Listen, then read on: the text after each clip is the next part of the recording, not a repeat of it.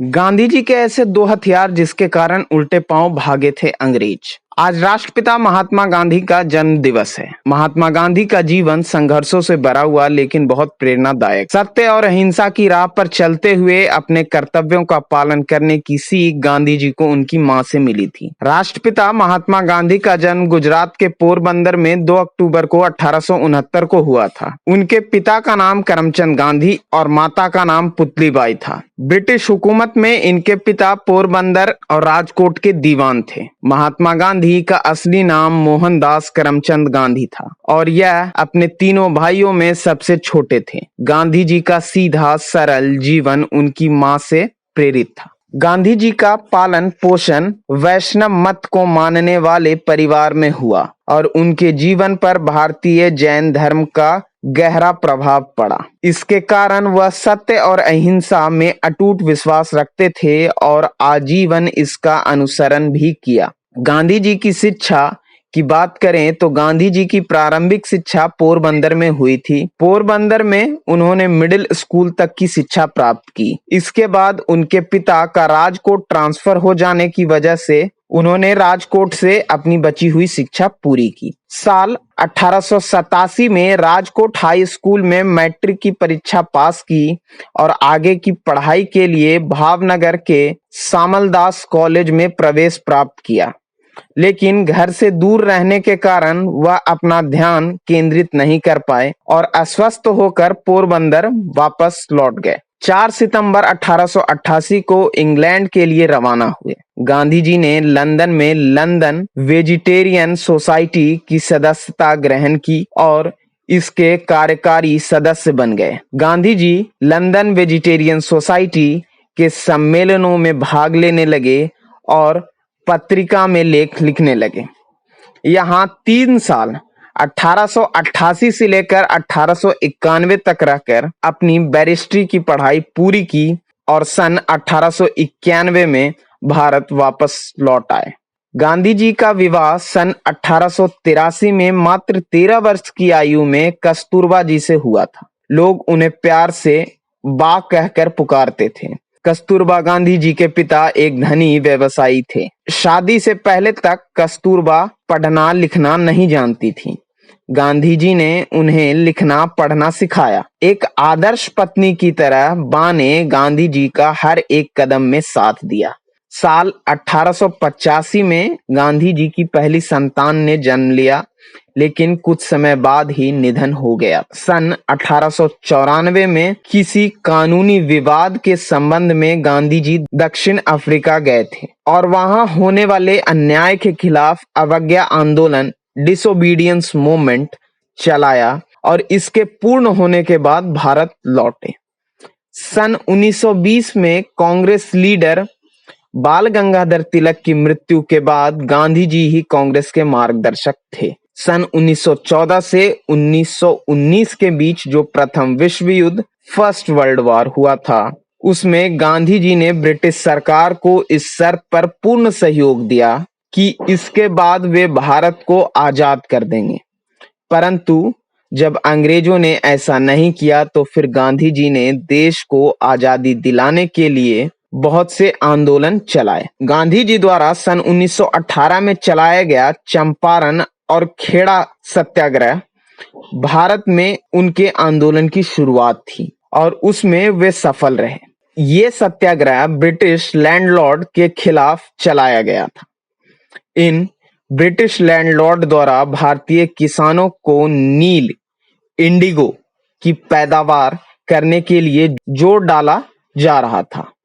इसी के साथ हद तो यह थी कि उन्हें यह नील एक निश्चित कीमत पर ही बेचने के लिए भी विवश किया जा रहा था और भारतीय किसान ऐसा नहीं चाहते थे। तब उन्होंने महात्मा गांधी की मदद ली। इस पर गांधी जी ने एक अहिंसात्मक आंदोलन चलाया और उसमें सफल रहे और अंग्रेजों को उनकी बात माननी पड़ी। इसी वर्ष खेड़ा नामक एक गांव जो गुजरात प्रांत में स्थित है, वहां बाढ़ आ गई और वहां के किसान ब्रिटिश सरकार द्वारा लगाए जाने वाले टैक्स भरने में असक्षम हो गए। तब उन्होंने इसके लिए गांधी जी से सहायता ली और तब गांधी जी ने असहयोग नॉन कॉपरेशन नामक हथियार का प्रयोग किया और किसानों को टैक्स में छूट दिलाने के लिए आंदोलन किया। इस आंदोलन में गांधी जी को जनता से बहुत समर्थन मिला और आखिरकार मई 1918 में ब्रिटिश सरकार को अपने टैक्स संबंधी नियमों में किसान को राहत देने की संशोधन करनी पड़ी। सन 1919 में गांधी जी को इस बात का एहसास होने लगा था कि कांग्रेस कहीं न कहीं कमजोर पड़ रही है,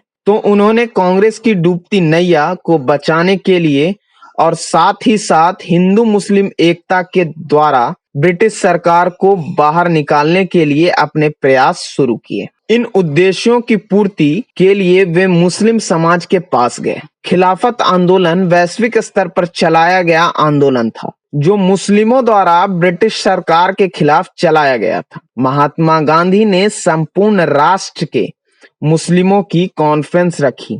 वे स्वयं इस कॉन्फ्रेंस के प्रमुख व्यक्ति भी थे। इस आंदोलन को मुस्लिमों ने बहुत सपोर्ट किया और गांधी जी के इस प्रयास ने उन्हें राष्ट्र नेता बना दिया और कांग्रेस में उनकी खास जगह भी बन गई। परंतु सन 1922 में खिलाफत आंदोलन बुरी तरह से बंद हो गया और इसके बाद गांधी जी अपने संपूर्ण जीवन हिंदू मुस्लिम एकता के लिए लड़ते रहे, परंतु हिंदू और मुस्लिम के बीच दूरियां बढ़ती ही गईं। विभिन्न आंदोलनों से निपटने के लिए अंग्रेज सरकार ने सन 1919 में रोवल्ट एक्ट पारित किया। इस दौरान गांधी जी द्वारा कुछ सभाएं भी आयोजित की गईं और उन्हीं सभाओं की तरह ही अन्य स्थानों पर भी सभाओं का आयोजन किया गया। इसी प्रकार की एक सभा पंजाब के अमृतसर क्षेत्र में जलियांवाला बाग में बुलाई गई थी और वहां इस शांति सभा को अंग्रेजों ने जिस बेरहमी के साथ रौंदा था, इसके विरोध में गांधी जी ने सन 1920 में असहयोग आंदोलन प्रारंभ किया। इस असहयोग आंदोलन का अर्थ यह था कि भारतीयों द्वारा अंग्रेज सरकार की किसी भी प्रकार से सहयोग ना की जाए, परंतु इसमें किसी भी तरह की हिंसा ना हो। यह आंदोलन सितंबर 1920 में शुरू हुआ और फरवरी 2022 तक चला था। गांधी जी द्वारा चलाए गए 3 प्रमुख आंदोलनों में से यह पहला आंदोलन था। इस आंदोलन को शुरू करने के पीछे महात्मा गांधी की यह सोच थी कि भारत में ब्रिटिश सरकार केवल इसलिए राज कर पा रही है क्योंकि उन्हें भारतीय लोगों द्वारा ही सपोर्ट किया जा रहा है। तो अगर उन्हें यह सपोर्ट मिलना बंद हो गया तो ब्रिटिश सरकार के लिए भारतीयों पर राज कर पाना मुश्किल होगा। इसलिए गांधी जी ने लोगों से अपील की वे ब्रिटिश सरकार के किसी भी काम में सहयोग ना करें, परंतु इसमें किसी भी प्रकार की अहिंसात्मक गतिविधि शामिल ना हो। लोगों को गांधी जी की बात समझ में आई और सही भी लगी। लोग बहुत बड़ी मात्रा में बल्कि राष्ट्रव्यापी स्तर पर आंदोलन से जुड़े और ब्रिटिश सरकार को सहयोग करना बंद कर दिया। इसके लिए लोगों ने अपनी सरकारी नौकरियां, फैक्ट्री, कार्यालय आदि छोड़ दिए। लोगों ने अपने बच्चों को सरकारी स्कूलों और कॉलेजों से निकाल लिया, अर्थात हर वो प्रयास किया जिससे अंग्रेजों को किसी भी प्रकार की सहायता न मिले। परंतु इस कारण बहुत से लोग गरीब और अनपढ़ होने जैसी स्थिति में पहुंच गए थे। परंतु फिर भी लोग यह सब अपने देश की आजादी के लिए सहते रहे। उस समय कुछ ऐसा माहौल हो गया था कि शायद हमें तभी आजादी मिल जाती, परंतु आंदोलन की चरम स्थिति पर गांधी जी ने चौरी चौरा नामक स्थान पर हुई घटना के कारण इस आंदोलन को समाप्त करने का निर्णय ले लिया। असहयोग आंदोलन संपूर्ण देश में अहिंसात्मक तरीके से चलाया जा रहा था, तो इस दौरान उत्तर प्रदेश राज्य के चौरी चौरा नामक स्थान पर जब कुछ लोग शांतिपूर्ण तरीके से रैली निकाल रहे थे, तब अंग्रेज सैनिकों ने उन पर गोलियां चला दी और कुछ लोगों की इसमें मौत भी हो गई। तब इस गुस्से से भरी भीड़ ने पुलिस स्टेशन में आग लगा दी और वहां उपस्थित 22 सैनिकों की भी हत्या कर दी। तब गांधी जी का कहना था कि हमें आंदोलन के दौरान किसी भी हिंसात्मक गतिविधि को नहीं करना था। शायद हम भी आजादी पाने के लायक नहीं हुए हैं। और इस हिंसात्मक गतिविधि के कारण उन्होंने आंदोलन वापस ले लिया। सन 1930 में महात्मा गांधी ने अंग्रेजों के खिलाफ एक और आंदोलन की शुरुआत की। इस आंदोलन का नाम था सविनय अवज्ञा आंदोलन, जिसे अंग्रेजी में सिविल डिसोबीडियंस मूवमेंट कहते हैं। इस आंदोलन का उद्देश्य यह था कि ब्रिटिश सरकार द्वारा जो भी नियम कानून बनाए जाएं, उन्हें नहीं मानना और उसकी अवहेलना कर। जैसे ब्रिटिश सरकार ने कानून बनाया था कि कोई भी नमक नहीं बनाएगा, तो 12 मार्च सन 1930 को उन्होंने इस कानून को तोड़ने के लिए अपनी दांडी यात्रा शुरू की। वे दांडी नामक स्थान पर पहुंचे और वहां जाकर नमक बनाया था। इस प्रकार यह आंदोलन भी शांतिपूर्ण ढंग से ही चलाया गया। इस दौरान कई लीडर और नेता ब्रिटिश सरकार द्वारा गिरफ्तार किए गए। गांधी जी द्वारा नमक सत्याग्रह की शुरुआत 12 मार्च सन 1930 को गुजरात के अहमदाबाद शहर के पास स्थित साबरमती आश्रम से की गई और यह यात्रा 5 अप्रैल सन 1930 तक गुजरात में ही स्थित दांडी नामक स्थान तक चली। यहाँ पहुंचकर गांधी जी ने नमक बनाया और यह कानून तोड़ा और इस प्रकार राष्ट्रव्यापी अवज्ञा आंदोलन की शुरुआत हुई। यह भारत के स्वतंत्रता संग्राम में महत्वपूर्ण चरण था। यह ब्रिटिश सरकार द्वारा नमक बनाए जाने के एकाधिकार पर सीधा प्रहार था और इसी घटना के बाद यह आंदोलन संपूर्ण देश में फैल गया। इसी समय अर्थात 26 जनवरी सन 1930 को भारतीय राष्ट्रीय कांग्रेस ने पूर्ण स्वराज की घोषणा कर दी थी। महात्मा गांधी ने दांडी यात्रा 24 दिनों में पूरी की और इस दौरान उन्होंने साबरमती से दांडी तक लगभग 240 मील 390 किलोमीटर की दूरी तय की थी। यहाँ उन्होंने बिना किसी टैक्स का भुगतान किए नमक बनाया। इस यात्रा की शुरुआत में उनके साथ 78 स्वयंसेवक थे और यात्रा के अंत तक यह संख्या हजारों की हो गई थी। यहाँ वे 5 अप्रैल सन 1930 को पहुंचे और यहाँ पहुंचकर उन्होंने इसी दिन सुबह 6:30 बजे उन्होंने नमक बनाकर ब्रिटिश के खिलाफ अहिंसात्मक सविनय अवज्ञा आंदोलन की शुरुआत की और इसे भी हजारों भारतीयों ने मिलकर सफल बनाया। यह नमक बनाकर महात्मा गांधी ने अपनी यात्रा जारी रखी और यहाँ से वे दक्षिण की ओर के समुद्री तटों की ओर बढ़े। इसके पीछे उनका उद्देश्य इन समुद्री तटों पर नमक बनाना तो था ही, साथ ही वे कई सभाओं को भी संबोधित करने का कार्य कर रहे थे। यहाँ उन्होंने धरसाना नामक स्थान पर भी यह कानून तोड़ा था। 4 से 5 मई सन 1930 अर्धरात्रि को गांधी जी को गिरफ्तार कर लिया गया। उनकी गिरफ्तारी और इस सत्याग्रह ने पूरे विश्व का ध्यान भारत के स्वतंत्रता संग्राम की ओर खींचा। यह सत्याग्रह पूरे वर्ष चला और गांधी जी को जेल से रिहाई के साथ ही खत्म हुआ और वे भी इसलिए क्योंकि द्वितीय गोलमेज सम्मेलन के समय वायसरॉय लॉर्ड इरविन नेगोशिएशन के लिए राजी हो गए थे। इस नमक सत्याग्रह के कारण लगभग 80,000 लोगों को गिरफ्तार किया गया था। गांधी जी द्वारा चलाया गया यह नमक सत्याग्रह उनके अहिंसात्मक विरोध के सिद्धांत पर आधारित था। इसका शाब्दिक अर्थ है सत्य का आग्रह, सत्याग्रह। कांग्रेस ने भारत को स्वतंत्रता दिलाने के लिए सत्याग्रह को अपना हथियार बनाया और इसके लिए गांधी जी को प्रमुख नियुक्त किया।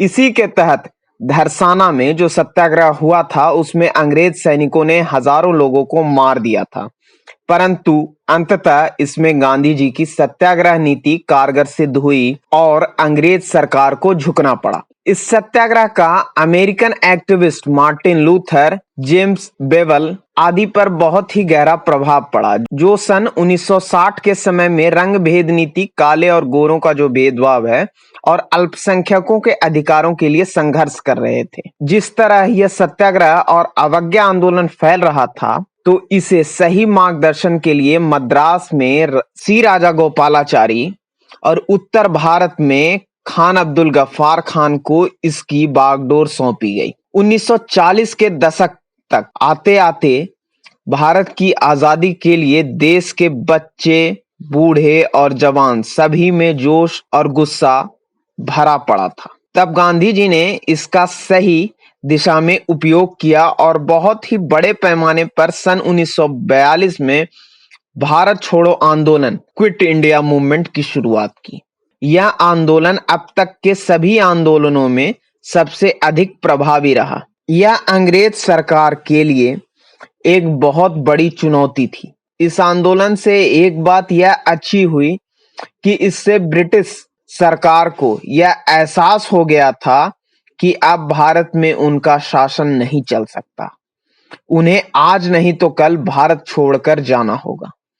महात्मा गांधी ने जितने भी आंदोलन किए, सभी आंदोलन हमेशा शांतिपूर्ण ढंग से चलाए जाते थे। आंदोलन के दौरान किसी भी प्रकार की हिंसात्मक गतिविधि होने पर गांधी जी द्वारा वह आंदोलन रद्द कर दिया जाता था। यह भी एक कारण था कि हमें आजादी कुछ देरी से मिली।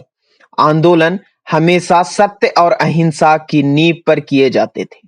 गांधी जी एक महान लीडर तो थे ही, परंतु अपने सामाजिक जीवन में भी वे सदा गांधी जी एक महान लीडर तो थे ही, परंतु अपने सामाजिक जीवन में भी वे सादा जीवन, उच्च विचार को मानने वाले व्यक्तियों में से एक थे। उनके इसी स्वभाव के कारण उन्हें लोग महात्मा कहकर संबोधित करने लगे थे। गांधी जी प्रजातंत्र के बड़े भारी समर्थक थे। उनके दो हथियार थे, सत्य और अहिंसा।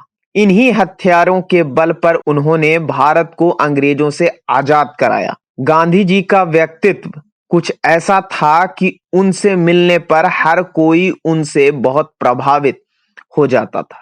गांधी जी ने स्वदेशी आंदोलन भी चलाया था, जिसमें उन्होंने सभी लोगों से विदेशी वस्तुओं का बहिष्कार करने की मांग की और फिर स्वदेशी कपड़ों आदि के लिए स्वयं चरखा चलाया और कपड़े भी बनाए। गांधी जी ने देश विदेश में कुछ आश्रमों की भी स्थापना की। उनमें टॉल्स्टॉय आश्रम और भारत का साबरमती आश्रम बहुत प्रसिद्ध हुआ। गांधी जी आत्मिक शुद्धि के लिए बड़े ही कठिन उपवास भी किया करते थे। गांधी जी ने समाज में फैली छूत अछूत की भावना को दूर करने के लिए बहुत प्रयास किए। उन्होंने पिछड़ी जातियों को ईश्वर के नाम पर हरिजन नाम दिया और जीवन पर्यंत उनके उत्थान के लिए प्रयास करते रहे। 30 जनवरी सन 1948 को नाथूराम गोडसे द्वारा गोली मारकर महात्मा गांधी की हत्या कर दी गई थी। उन्हें 3 गोलियां मारी गई थी और उनके मुंह से निकले अंतिम शब्द थे, हे राम। उनकी मृत्यु के बाद दिल्ली में राजघाट पर उनका समाधि स्थल बनाया गया है। महात्मा गांधी जी 79 साल की उम्र में वे सभी देशवासियों को अलविदा कहकर चले गए।